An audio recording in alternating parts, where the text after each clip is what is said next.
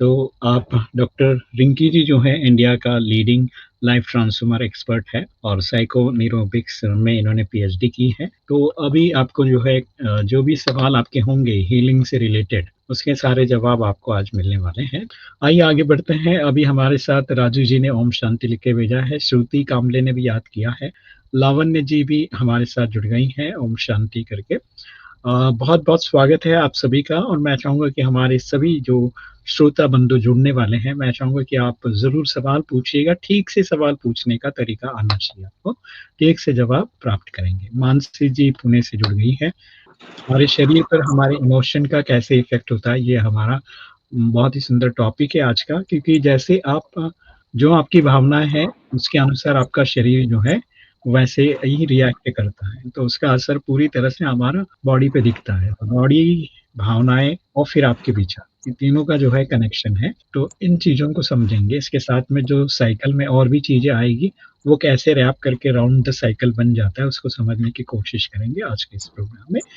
आइए आप सीधे मैं जोड़ना चाहूँगा डॉक्टर रिंकी जी को। और रिंकी जी, बहुत-बहुत स्वागत है आपका। वार्म वेलकम टू बातें मुलाकात। Thank you so much.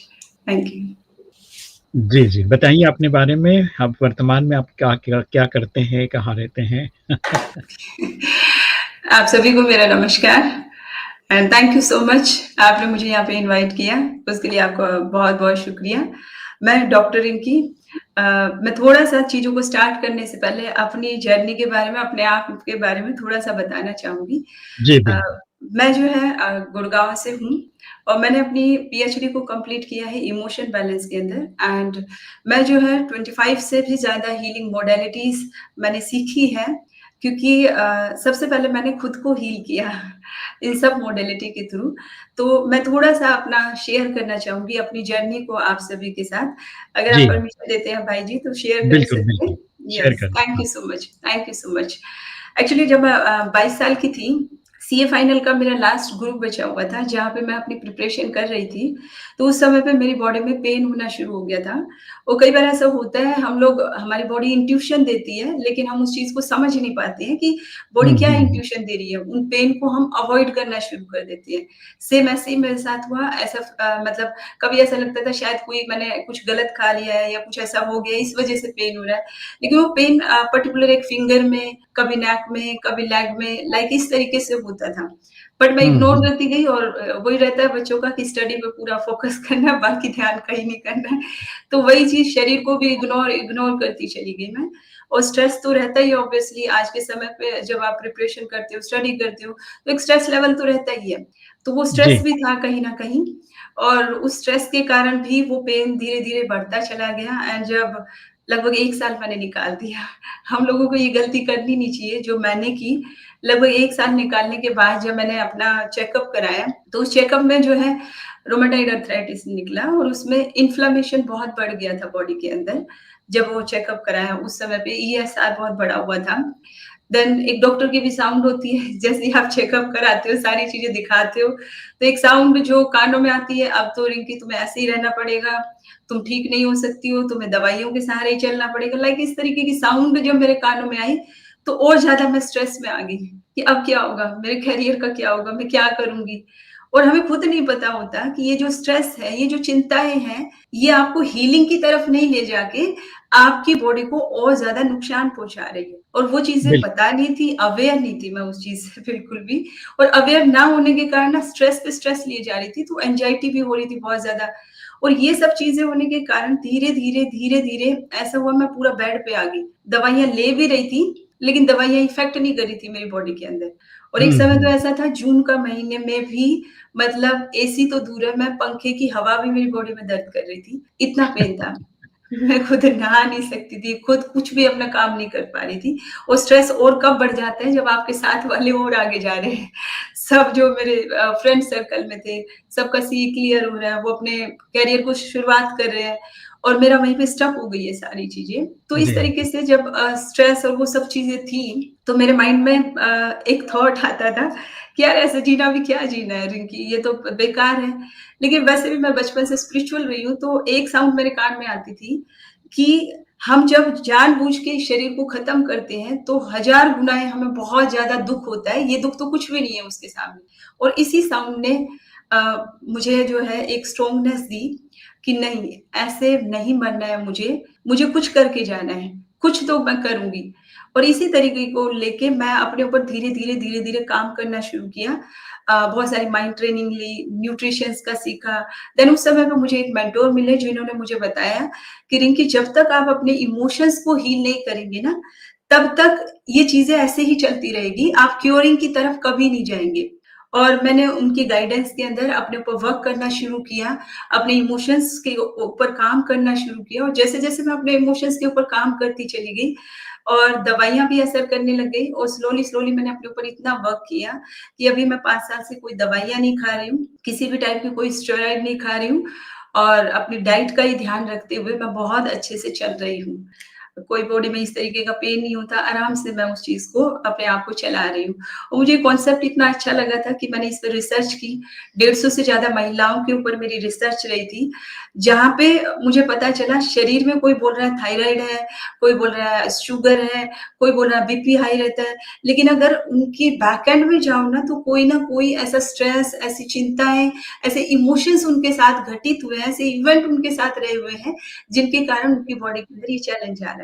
और उस रिसर्च के बाद मेरा एक मिशन ही बन गया कि मुझे इस चीज़ को लेके अवेयरनेस लेके आनी है एंड देन तभी से मैं अपना प्रोग्राम कर रही हूँ। 1000 से ज़्यादा लेडीज़ की मैं काउंसलिंग कर चुकी हूँ, उनके लाइफ को ट्रांसफॉर्म कर चुकी हूँ। जी, जी। डॉक्टर रिंकी जी, बहुत ही अच्छा एक्सपीरियंस आपने शेयर किया अपना और मुझे लगता है कि जब हम लोग अपने इमोशंस को कंट्रोल कर लेते हैं, इमोशन पे काम कर लेते हैं, तो बाकी सारी चीज़ें मैनेज करना आसान हो जाता है क्योंकि इमोशंस हमारी भावनाएँ जो है, एक तो पहली बात दिखते नहीं है, लेकिन आपको अंदर से पूरा महसूस होता है। तो उस यस, चीज़ को ट्रांसफ़ॉर्म करने की बहुत ज़रूरी है। जब आप यस जो परफेक्टली। अनसीन चीज़ों को अगर आप कंट्रोल कर लेते हो, तो दिखाई देने वाला तो अपने आप ही कंट्रोल हो जाता है, इसमें तो कोई बड़ी बात है यस ही नहीं। परफेक्टली। है ना? तो कितनी यस, सुंदर और सूक्ष्म चीज़ें हैं जो हमें समझने की ज़रूरत है। अगर आप अंतर्मन को या अपने अंदर की भावनाओं को समझ लेते हैं, उसको हैंडल कर लेते हो, उसको सेट कर लेते हो पहले, तो बाकी सब चीज़ें अपने आप हैंडल करना आसान हो जाता है। तो बहुत यस। ज़रूरी है, तो निश्चित तौर पे ये चीज़ें जो है काम करती हैं और सुनील जी भी हमारे साथ जुड़ गए हैं। सुनील जी, बहुत-बहुत धन्यवाद, शुक्रिया आपका, बहुत बढ़िया करके मैसेज किया है। मानसी जी ने भी याद भेजा है।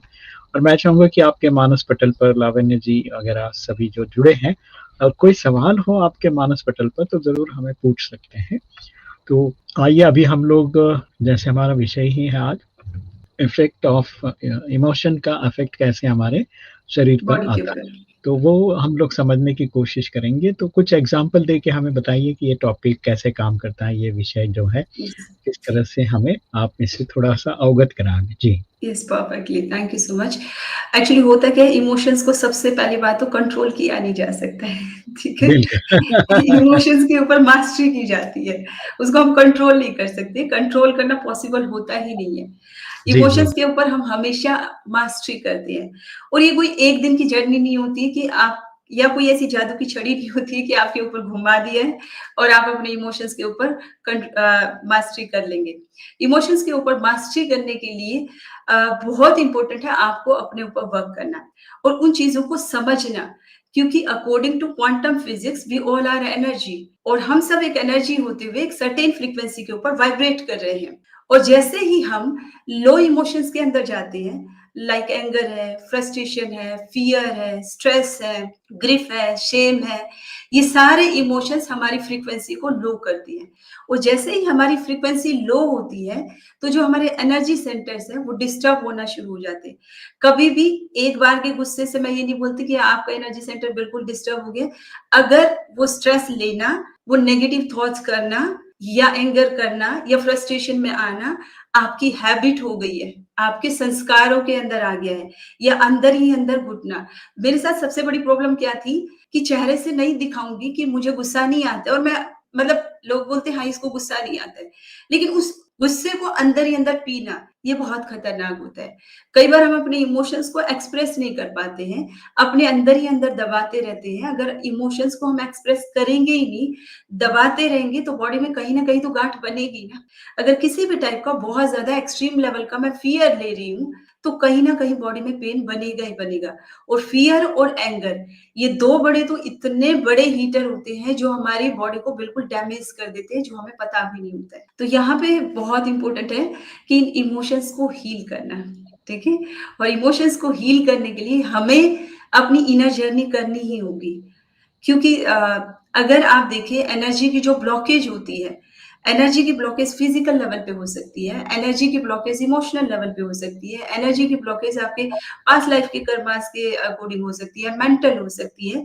तो इन सब ब्लॉकेजेस में अगर देखा जाए, आउटर वर्ल्ड से सिर्फ फिजिकल ब्लॉकेज रिलेट करती है, बाकी की सारी ब्लॉकेजेस जो एनर्जी की होती है हमारे इनर वर्ल्ड से रिलेट करती है।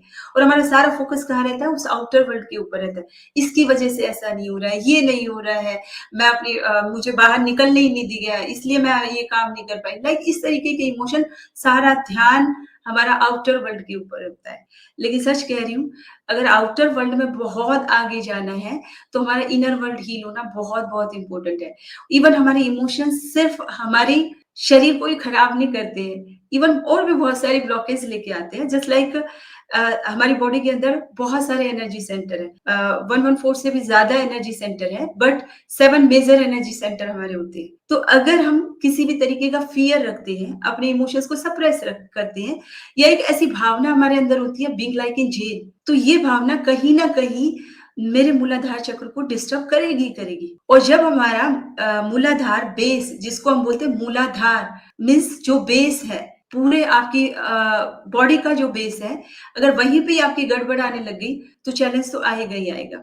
और पहले ये हमारे इमोशंस हमारे एनर्जी सेंटर को डिस्टर्ब कर रही है, देन लॉन्ग पीरियड तक अगर इन्हीं इमोशंस को मैं होल्ड करके रखूंगी, तो फिजिकल चैलेंज आएगा। कहीं ना कहीं जॉइंट्स में पेन बनेगा ही बनेगा, किसी भी जॉइंट्स में आपके पेन बन सकता है, मे बी नी में बने, मे बी हैंड में, कहीं पे भी आपको जॉइंट्स में पेन बन सकता है। रोमेटॉइड आर्थराइटिस होना ही मतलब कहीं ना कहीं आपका एनर्जी सेंटर मूलाधार बिल्कुल ही डिस्टर्ब है, उसमें एनर्जी का फ्लो हो ही नहीं रहा है।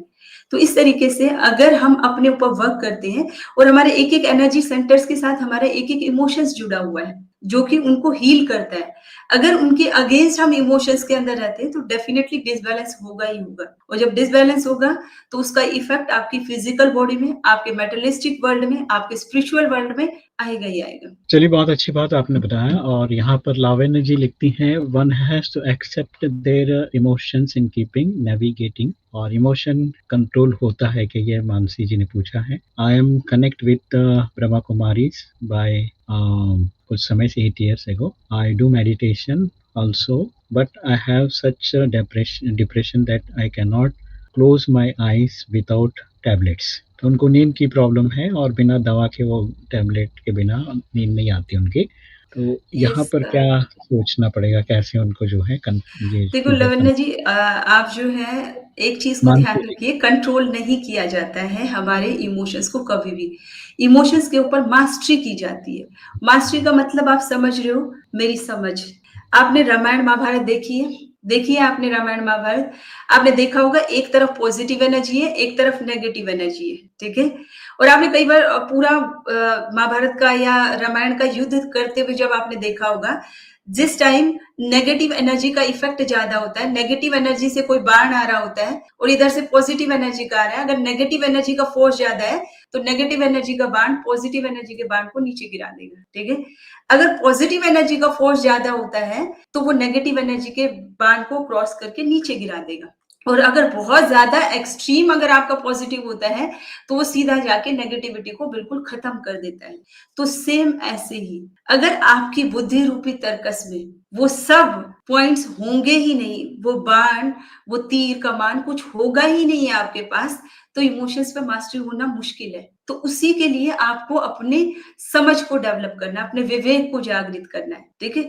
होता क्या है, हम एक इमोशन आता है, उसको इतना खाना पानी देते हैं, इतना खाना पानी देते हैं कि वो हमें छोड़ के जाता ही नहीं है। एक्चुअली समटाइम्स हमको उन दुखों में रहने की आदत हो जाती है। कई बार हम उन्हीं लहरों में ही दुखी भी हो रहे हैं, लेकिन मजा भी आ रहा है। अब आप खुद सोचो, अगर मैं आपके पास आती हूँ और आप मुझे इग्नोर करते हो, शायद मैं 1 घंटा सोच के आई होंगी और आपने मुझे इग्नोर किया ना, मैं फटाफट आपको बोलूंगी कोई बात नहीं, मैं फिर आती हूँ। लेकिन वहीं पे मैं आई 10 मिनट के लिए हूँ, आप मेरी बहुत अच्छे से आप भगत कर रहे हैं, बड़े प्यार से बोल रहे हैं, तो शायद 1 घंटा बैठ जाऊंगी। सेम ऐसे आपका इमोशन ही तो है। कि आप एक इमोशन आया है और उसको ऐसे होल्ड करके बैठ गए हो, उसको इतना दाना-पानी दे रहे हो, इतना उसके ऊपर उसको खाना खिला रहे हो, उन्हीं लहरों में लहराए जा रहे हो, तो कैसे होगा? तो अगर उसको आपको कट करना है, तो आपकी बुद्धि रूपी तर्कस में उस तरीके के पॉजिटिव बाण होने चाहिए। तब वो आपके नेगेटिव इमोशंस कट होंगे। ठीक है लावण्या जी? अगर आपको नींद नहीं आती है, तो उसके लिए बहुत अच्छे से मैं आपको बता देती हूँ।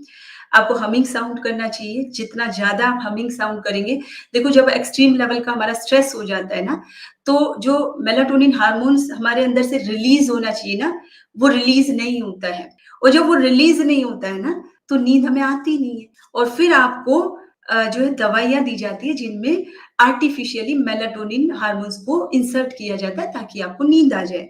तो बहुत इम्पोर्टेंट है, आपके माइंड के अंदर वो रिलैक्सेशन होना चाहिए, तो उसके लिए आप टंग को अपने पैलेट पे लगाएँगे, लाइक ऐसे टंग को पैलेट पे लगाएँगे, लंबी गहरी श्वास लेंगे और हमिंग साउंड करेंगे।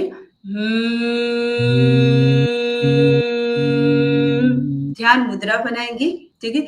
जितना ज़्यादा आप इसका अभ्यास करेंगे, स्लोली, स्लोली, स्लोली, स्लोली आपके अंदर वो चीज़ें रिलीज़ होना शुरू हो जाएगी और मैंने एक सन मेडिटेशन दिया है, अगर आप मेरे चैनल पे जाके देखेंगे, तो वो सन मेडिटेशन भी आप करेंगे क्योंकि जब हम सन गेजिंग भी करते हैं, तो भी नेचुरल वे में मेलाटोनिन रिलीज़ होना शुरू हो जाता है।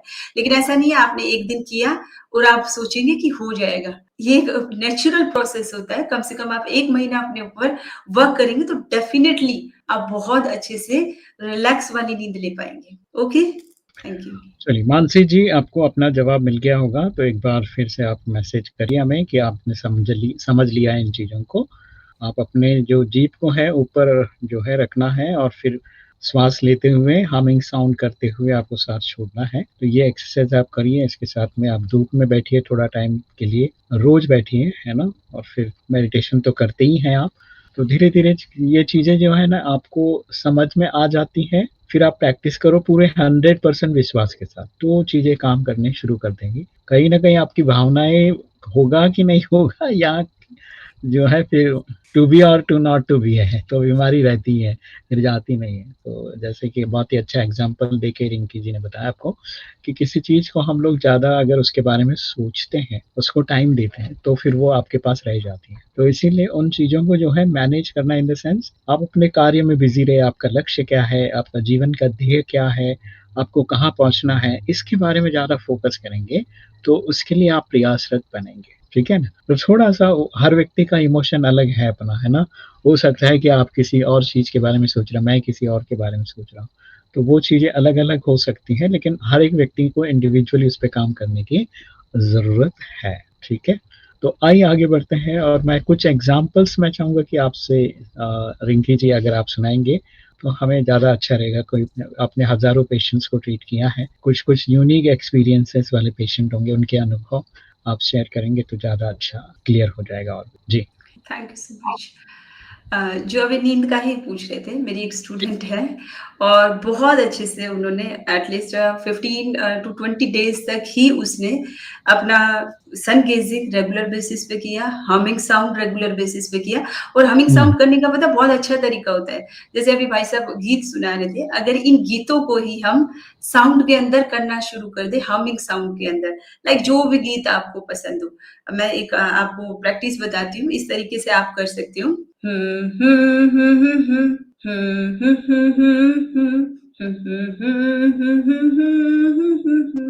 आप किचन में काम कर रहे हो, आप कुछ भी कर रहे हो, वो सब चीज़ें करते हुए आप इनकी प्रैक्टिस कर सकते हो। देखो, डिवाइन ने हमारे शरीर को बहुत-बहुत सुंदर तरीके से डिज़ाइन किया है और इतने अच्छे से डिज़ाइन किया है कि उसने हीलिंग पावर भी हमारे अंदर दी हुई है। सब कुछ हमारे अंदर दिया हुआ है, बस उन चीज़ों को पहचानना है और अपने ऊपर काम करना है।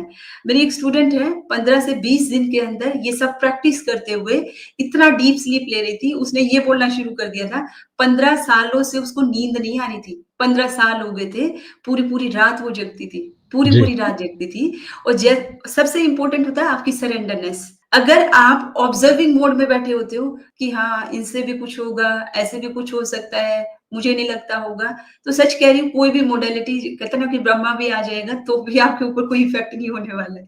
लेकिन जहाँ पे आपके अंदर सरेंडरनेस आती है, आप चीज़ों को सीखने की भावना रखते हैं और उन चीज़ों को शिद्दत के साथ अप्लाई करते हैं, तो डेफ़िनिटली उसका रिज़ल्ट बहुत अच्छा आता है।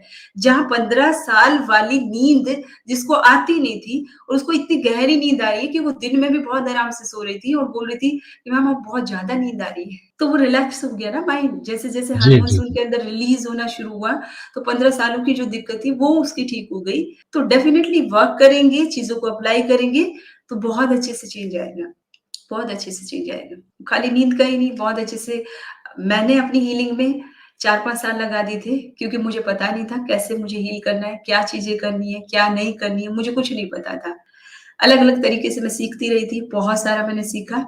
लेकिन हाँ, अब जो मैंने एक अपना पूरा स्टेप बाय स्टेप चीज़ें तैयार की हैं, उस पे अगर स्टेप बाय स्टेप कोई चलता है, पूरा सरेंडर होके चलता है, तो बहुत ही कम समय में अपने रूमेटॉइड अर्थराइटिस को भी हील कर लेता है, बहुत ही कम समय में। क्योंकि गाइडेंस है ना एक स्टेप बाय स्टेप और पूरे एक्सपीरियंस के साथ है। और शुगर, बीपी ये सब चीज़ें तो वैसे ही हील हो जाती है। और इवन यही नहीं, जब अगर ये चीज़ें हमारी एनर्जी सेंटर हमारे ब्लॉकेज है, तो पैसा भी ब्लॉक होगा ही, आपके जीवन में आएगा ही नहीं। आप कंपैरिज़न कर रहे हो, आपके अंदर जेलसी के भाव है, तो आपका ब्रिज ही खराब हो गया। ब्रिज खराब होना मीन्स आपका हार्ट चक्र खराब है। ना आप स्पिरिचुअलिटी को एन्जॉय कर पाओगे, ना आप मेटेरियलिस्टिक वर्ल्ड को एन्जॉय कर पाओगे। तो बहुत इम्पोर्टेंट है इन इमोशंस को समझना, अपने आप को एनालाइज़ करना और उनके ऊपर वर्क करना, ठीक है? और जितना-जितना आप अपने आप को समझते जाएँगे, अपने इमोशंस के ऊपर वर्क करते जाएँगे, तो डेफ़िनिटली आप बहुत अच्छे से चीज़ों से बाहर निकल जाएँगे। पता है लेडीज़ की सबसे बड़ी प्रॉब्लम क्या होती है? मैं जिस भी लेडीज़ से पूछूँगी ना कि तुम्हारा लक्ष्य क्या है? क्या करना है? उनका एक ही आंसर होता है, मेरे बच्चे आगे पढ़ लिख जाएँ, मेरे पति का बिज़नेस चल जाए और हमारा घर अच्छा चलता रहे। लाइक इस तरीके के इमोशंस उनके अंदर रहते हैं, लेकिन उस पूरे उसमें वो कहीं पे भी नहीं होती है। कहीं पे भी नहीं होती है कि तुम कहाँ पे हो, वो कहीं पे नहीं होती है और ना होने के कारण ना कहीं पे भी उसके अंदर खुद वो खाली रहती है। खुद के अंदर प्यार है नहीं, प्यार की भीख माँग रही है, मुझे हस्बैंड नहीं पूछते हैं, मेरे बच्चे नहीं पूछते हैं, मेरे साथ ये दिक्कत है, मैं जहाँ भी जाती हूँ, लोग मुझे इग्नोर करते हैं। लाइक इस तरीके की भावनाएँ और इस तरीके की भावनाएँ जो होती है, वो कहीं न कहीं ब्लॉकेज क्रिएट करती है। और सच कह रही हूँ, भिखारी के पास अपने आप ही ₹10 वो आपको कितना दे देगा? कितना दे देगा? भिखारी से भीख माँगोगे ₹5 दे देगा, कितना दे देगा आपको? ₹1 दे देगा। लेकिन जो भरतू होता है, जिसके पास खुद अबंडेंस में चीज़ें होती हैं, मान लो आपके पास 10-20 करोड़ रुपए है, अगर उसमें से आपसे कोई 50,000 माँग रहा है, आप कैसे दे दोगे? ले लो, कोई दिक्कत नहीं है, आराम से ऐश करो। एक्सपेक्टेशन नहीं है कि वापिस आ जाए। नहीं है एक्सपेक्टेशन। सेम ऐसे ही मैं प्यार से खुद खाली रहती हूँ, खुद भरी हुई हूँ नहीं, खुद से कभी प्यार किया नहीं और फिर एक्सपेक्टेशन तो दूसरों से ही रखूँगी ना क्योंकि खुद खाली हूँ और दे रही हूँ खाली होते हुए भी, तो और खाली होती जाऊँगी और ये खालीपन ही आपके अंदर फ्रस्ट्रेशन को क्रिएट करता है। तो बहुत इम्पोर्टेंट है आप अपने आप को समझें, अपने आप से प्यार करें। अपने आप से प्यार करने का मतलब होता है कि आप जितना-जितना अपने आप को पहचानते हैं, अपने ऊपर काम करते हैं। क्योंकि बहुत इम्पोर्टेंट है अपने इमोशंस को जानना और उन पे वर्क करना। जी, जी। ओके। हुँ। आइए आगे बढ़ते हैं, यहाँ पर हमारे कुछ मित्र जो हैं, सुनील कांबले जी पूना से रुकमा जी, उन्होंने ओम शांति भेजा है और एक हमारे विजय भाई शायद हैं विजय जी लिखते हैं, मैं अपने बैड पिक्चर जो कॉलेज लाइफ में देखता हूँ, उसको कैसे डिलीट करूँ? ये उनका सवाल है। और दूसरा नीता जी भी आ गए गुजरात से, उन्होंने भी ओम शांति लिखा है और एक हमारे मित्र जय श्री राम करके मैसेज किया है और दूसरे हमारे मित्र हैं, उन्होंने भी याद किया है, ओम शांति लिख के भेजा है। तो बहुत-बहुत धन्यवाद, शुक्रिया आप सभी का और चलिए फिर से मैं जोड़ना चाहूँगा डॉक्टर रिंकी जी, विजय जी के सवाल का जवाब आप दें। जी। Yes, perfectly. विजय जी ने पूछा है कि कुछ ऐसी पिक्चर्स उनके माइंड में सेट हो गई है, जी, जी, जो जी। कि उनके माइंड में अभी तक भी वो छाप है। मेबी वो नेगेटिव पिक्चर्स होंगी क्योंकि आज के समय पे बहुत आसान है। अ, मैं अपने एक स्टूडेंट का विजय जी आपको एग्ज़ाम्पल देना चाहूँगी यहाँ पे।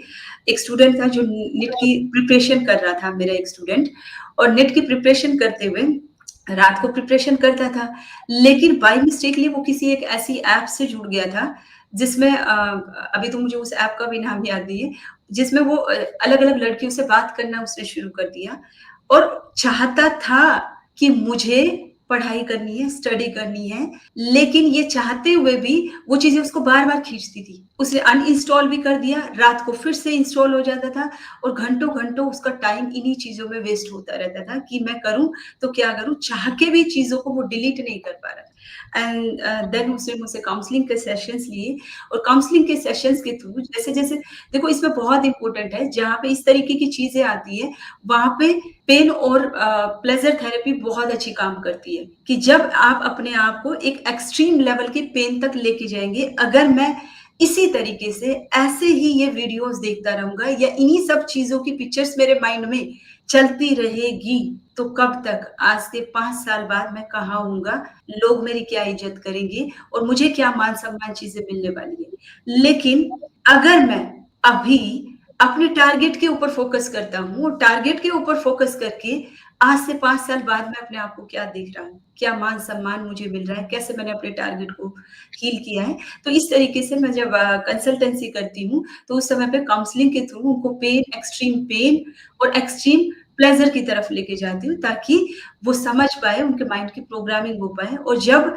क्योंकि हमारा माइंड हमेशा पेन को छोड़ के प्लेज़र की तरफ भागता है। तो जब उनको प्लेज़र भी दिखाई देता है और एक्सट्रीम पेन भी दिखाई देता है और बार-बार उन एक बार की काउंसलिंग में या एक बार की उसमें कोई चेंज नहीं आता है। ये बार-बार उनके माइंड में प्रोग्रामिंग की जाती है, तो बार-बार जब ये माइंड में प्रोग्रामिंग होती है, तो डेफ़िनिटली वो इमोशंस उनके माइंड से निकल जाते हैं और अपने गोल के ऊपर, टारगेट के ऊपर बहुत अच्छे से फ़ोकस होना शुरू हो जाता है। जी, जी, जी। विजय जी, मुझे लगता है कि आपको जवाब मिल गया हो, तो आप मैसेज करके हमें बताइए कि आपको जवाब मिल गया है। तो थोड़ा-सा यहाँ पर जो है कुछ संस्कार भी होते हैं, जैसे स्पिरिचुअलिटी में कहते हैं कि कई अगर आप नेगेटिव चीज़ों में ज़्यादा टाइम स्पेंड करते हो, तो वो आपके आदत में हो जाता है और आदत क्या होता है कि उसको बदलना बहुत मुश्किल हो जाता है क्योंकि वो फ़ोर्सफुली आ जाता है और आप उसके अधीन हो जाते हो। तो इसलिए कहा गया अभी रिंकी जी ने एक बहुत अच्छा शब्द यूज़ किया मास्टरी। वरना आपकी बुरी आदतों में भी आपकी मास्टरी हो कि आप जब चाहें उसको यूज़ कर सकते हो, बाद में उसको छोड़ सकते हो। ऐसी मास्टरी होनी चाहिए कि आप उसके अधीन नहीं हो, आप उसको एक्चुअली में अपने कार्य के लिए यूज़ कर रहे हो, ऐसा होना चाहिए। तो वो चीज़ अगर नहीं होता है, तो फिर आपकी वीकनेस है, आप कहीं न कहीं कमज़ोर पड़ रहे हैं। तो आप पहले अपनी एनर्जी को पॉज़िटिव बनाएँ, अपनी ताकत को बढ़ाएँ, उसके बाद फिर इन चीज़ों के साथ काम करना शुरू करें क्योंकि अगर आपको किसी लोहे को अगर हाथ में लेना है वेट वाला, तो उतना आपके अंदर भी वेट होना चाहिए, डबल टिबल होना चाहिए, तब आप उस लोहे को हल्के से उठा सकते। अगर आपके पास उतनी ताकत ही नहीं है, तो आप बड़े लोहे को लेके क्या करोगे, है ना? तो उठा भी नहीं पाओगे और मशक्कत करोगे, थक जाओगे। उससे अच्छा बहुत कम छोटे से शुरू कर दीजिए और उसको उठाना शुरू कर दें, फिर धीरे-धीरे ग्रेजुअली आप बड़ा कर सकते हैं। तो विजय जी लिखते हैं, "यस बट माइंड से ये पुरानी चीज़ें, पुरानी यादों को कैसे डिलीट करें?" वही चीज़ें बता रहे हैं आपको। देखिए इसको आपने डिलीट जितनी बार करने के लिए टेक्नीक होती है दैट इज़ पास्ट पेनफुल हाँ, मेमोरी को कैसे डिलीट करना है और बिल्कुल, उसको आप बिल्कुल। बार-बार उस टेक्नीक को अप्लाई करते हैं तो डेफिनिटली वो हो जाएगा। कभी मौका मिला तो मैं यहाँ पे ज़रूर कभी उस टेक्नीक को बिल्कुल, सिखाऊँगी या बिल्कुल, बताऊँगी बिल्कुल, ताकि आप लोग उस टेक्नीक को अप्लाई करके अपने आप को उन पास्ट पेनफुल मेमोरी से रिलीज़ कर पाएँ। बिल्कुल। विजय जी बहुत ही अच्छा सवाल आपका है।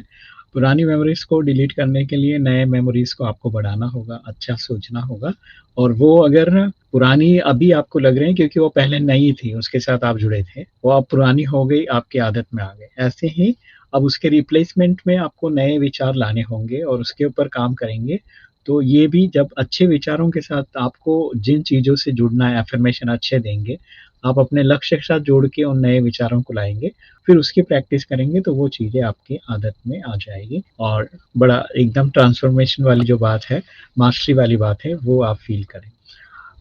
आशा करूँगा कि हम लोग फिर से बुलाएँगे रिंकी जी को और इस तरह के जो उनके पास अलग-अलग टेक्नीक है, उनके बारे में हम लोग जानेंगे भी और समझने की कोशिश भी करेंगे।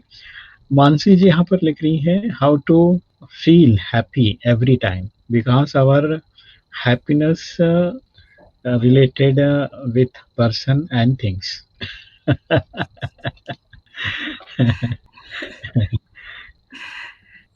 मानसी जी, अगर हैप्पीनेस मीन्स कि अगर आपने अपने इमोशंस का रिमोट कंट्रोल दूसरे के हाथ में दे रखा है, तो डेफ़िनिटली हैप्पीनेस तो गायब ही रहेगी। मेरी एक स्टूडेंट है, उसका एग्ज़ाम्पल देना चाहूँगी। देखो होता क्या है, किसी ने कहा नहीं उसे, अपनी मर्ज़ी से 1.5 घंटा लग के उसने मलाई कोफ्ता बनाया। उसकी सास ने अ, घिया की सब्ज़ी बनाई सिंपल सी और जैसे ही उसके पतिदेव आते हैं, उसको नहीं पता है किसने क्या बनाया है। वो डाइनिंग टेबल पे खाना खाने बैठते हैं, बार-बार बोलते हैं, "घिया की सब्ज़ी बड़ी टेस्टी बनी है, घिया की सब्ज़ी बड़ी टेस्टी बनी है, घिया की सब्ज़ी बड़ी टेस्टी बनी है।" अब आपने अपनी मर्ज़ी से एक चीज़ को बनाया है और आपकी खुशी कहाँ गायब हो रही है? सामने वाले की चाहत नहीं थी कि तुम मलाई कोफ्ता 1.5 घंटे लगा के बनाओ। लेकिन आपने अपनी रिमोट कंट्रोल दूसरे के हाथ में दे रखा है कि वो बोलेगा कि बहुत टेस्टी सब्ज़ी बनी है, तभी मेरा दिल खुश होगा। मैं खुद को खुद ही टेस्ट करा के क्यों नहीं बोलूँ? क्योंकि मैंने मेहनत की है, मैंने मेरे लिए की है ये चीज़ें, मैं खुद ही टेस्ट करूँ और खुद ही बोलूँ, वाओ! क्या बनाई है, सेल्फ डिफाइन कर दिया है। ये होना चाहिए और समटाइम्स होता क्या है, आप खुद भी देखिए, आप लोगों को जो भी सीरियल देखने की आदत होती है, जो भी होता है, सास-बहू के सीरियल देखते हो, उसमें अगर दुःख के सीन ना हो, तो आप सीरियल देखेंगे ही नहीं। मीन्स आपको भी तो दुःख का देखने की आदत है, तो सामने वाले के पास जब आपका रिमोट कंट्रोल है, तो उसको भी तो उसी में मज़ा आएगा ना। तो अब आपको अपने अंदर करना है कि अगर वो मेरा चैनल चेंज करेगा ना, तो बिल्कुल नहीं करूँगी। करूँगी तो अपनी मर्ज़ी से करूँगी। इस तरीके के थॉट, इस तरीके की प्रोग्रामिंग जब आप अपने अंदर करना शुरू करेंगे, तो डेफ़िनेटली आप अपने इन इमोशन से बाहर निकल पाएँगे। काम आपको करना है, ठीक है? उन लोगों को जो भी आपको कुछ भी बोल रहे हैं, उनके पास कोई चैलेंज नहीं है, कोई चैलेंज नहीं है, वो खुश है, हैप्पी है। दुखी मैं हूँ, तो मुझे मेरे इमोशंस पे काम करना है, बस दैट्स इट। बिल्कुल, बिल्कुल। आशा करूँगा मानसी जी आप समझ रहे हैं इन चीज़ों को और अनीता यादव ने भी याद भेजा है, ज्योति यादव ने भी याद भेजा है। बहुत-बहुत स्वागत है आप सभी का और विजय जी ने थैंक्स अ लॉट मैम करके मैसेज किया आपके लिए। आइए आगे बढ़ते हैं और जब हम लोग इन सारी चीज़ों को ठीक से समझने में टाइम लगता है क्योंकि ये सारी चीज़ें अनसीन हैं और बहुत बार देखा है कि हम अपने इमोशन पे कभी काम नहीं करते। इमोशन ऑटोमेटिक आपके आ जाते हैं, आप उसमें बह जाते हैं। तो यहाँ सब गड़बड़ हो रहा है। क्योंकि कोई भी चीज़ अपने आप हो रहा है और आप उसको एन्जॉय कर रहे हो, तो फिर कैसे वो ठीक होगा ना? नहीं होगा, कभी भी नहीं होगा। हर चीज़ आपके परमिशन से हो तो फिर आप उसको कंट्रोल भी कर सकते हैं, आप उसको मैनेज कर सकते हैं क्योंकि वो मास्टरी है, आपने ही उनको ऑर्डर दिया तो वो चीज़ें काम करने लग गई हैं। आप फिर ऑर्डर कर देंगे वो स्टॉप हो जाएगा, तो यहाँ इसको मास्टरी कहेंगे। अगर आपके पास कोई इमोशन आ गया और आप उसमें एंटरटेन कर रहे हो और लगे रहें, तो फिर वो तो मास्टरी कभी भी नहीं होगा और आप बार-बार एंटरटेन कर रहे हैं उनको, तो वो बार-बार आते रहेंगे, फिर आते रहेंगे तो आप भी बोलेंगे तो आ गया तो अब टाइम तो जाएगा ही, बैठो रहो। तो ये बहुत ही एक सूक्ष्म चीज़ है जहाँ पर हम सभी को काम करना है। फिज़िकली कोई चीज़ दिखाई दे रहा है तो उसको उठा के साइड में कर सकते हैं, है ना? आपसे नहीं होगा तो 2 लोग को बुला लेंगे, उठा के रख देंगे उधर। वो स आसान है क्योंकि वो चीज़ें दिखाई दे रहा है और यहाँ बिल्कुल अनसीन चीज़ें हो रही हैं, इसको समझना थोड़ा-सा इनसाइड करना पड़ता है। आइए मानसी जी लिखती हैं कितनी सरल लाइफ़ है but why person make it complicated. जी, जी, जी।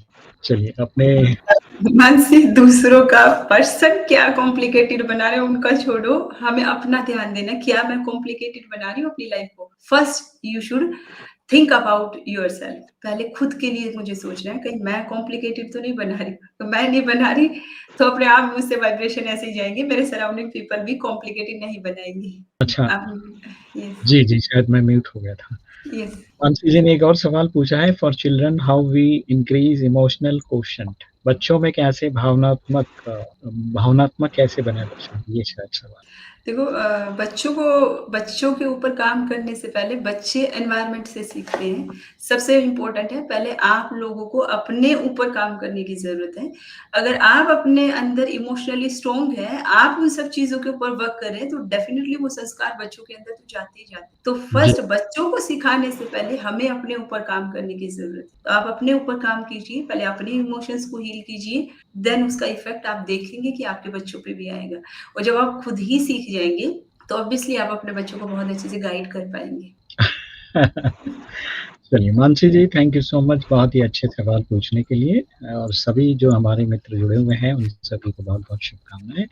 नीता जी, राजू जी, सुनील जी, लावण्य जी और हमारे मानसी जी, विजय जी, सभी को बहुत-बहुत शुभकामनाएँ, मंगल कामनाएँ करते हैं और फिर मिलेंगे हम लोग इसी तरह कुछ नए विषय लेकर और मैं चाहूँगा कि कहीं भी आपको ऐसा लग रहा है कि कोई विषय है जो आपको समझना ज़रूरी है, तो आप मैसेज कर सकते हैं, हम लोग फिर मानसी जी को डॉक्टर रिंकी जी को बुलाएँगे और उस विषय को लेकर बातचीत भी करेंगे। तो रिंकी जी बहुत-बहुत धन्यवाद, शुक्रिया आपका आज के थैंक इस यू सो एपिसोड मच। जुड़कर आपने थैंक बहुत यू अच्छा सो मच। एक्सपीरियंस शेयर किया। Thank you so much. So much. मैं बहुत-बहुत शुक्रिया आपका, आपको भी बहुत-बहुत शुभकामनाएँ। और लावण्य जी यहाँ पर लिखती हैं कि I feel totally drained out in the presence of my husband. उन्होंने लिखा है I feel extremely stressed anxiety I am getting panic attack nowadays I feel like surrounded by a black cloud all the time how this लावण्य जी बहुत important है कि जी, जी, जी। अ, देखो अगर वो लाउडली बोल भी रहे हैं, ठीक है? वो उनका संस्कार है और उसको आप चेंज नहीं कर सकते। दूसरों को चेंज करने का कभी हम काम नहीं करते हैं। कभी भी ये वर्ड आपने सुने हैं कि विश्व परिवर्तन से स्व परिवर्तन हुआ हो? No, never.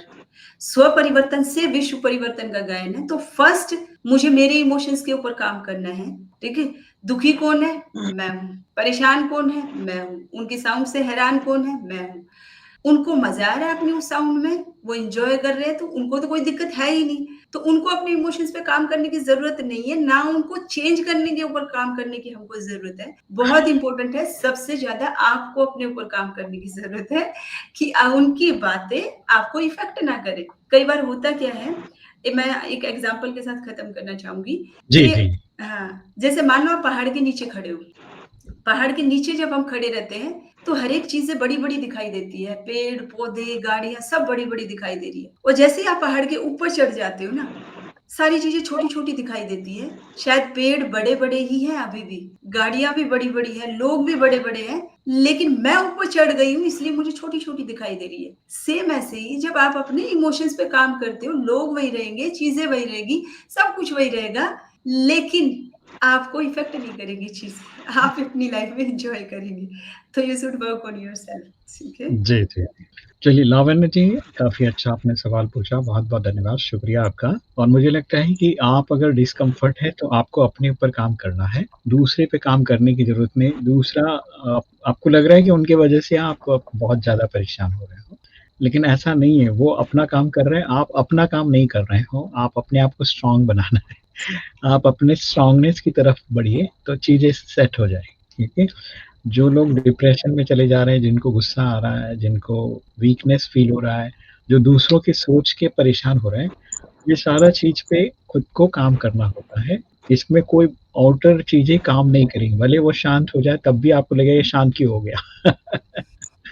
तो यहाँ पर काम सिर्फ़ क्योंकि पूरा मैकेनिज़्म सृष्टि का जो है ना, सेल्फ चेंज है, वही आपको दिया हुआ है मैकेनिज़्म, वर्ल्ड ट्रांसफ़ॉर्मेशन उसी से होगा। हम विश्व को चेंज नहीं कर सकते, दूसरों को बदल नहीं सकते, खुद को बदल सकते हैं।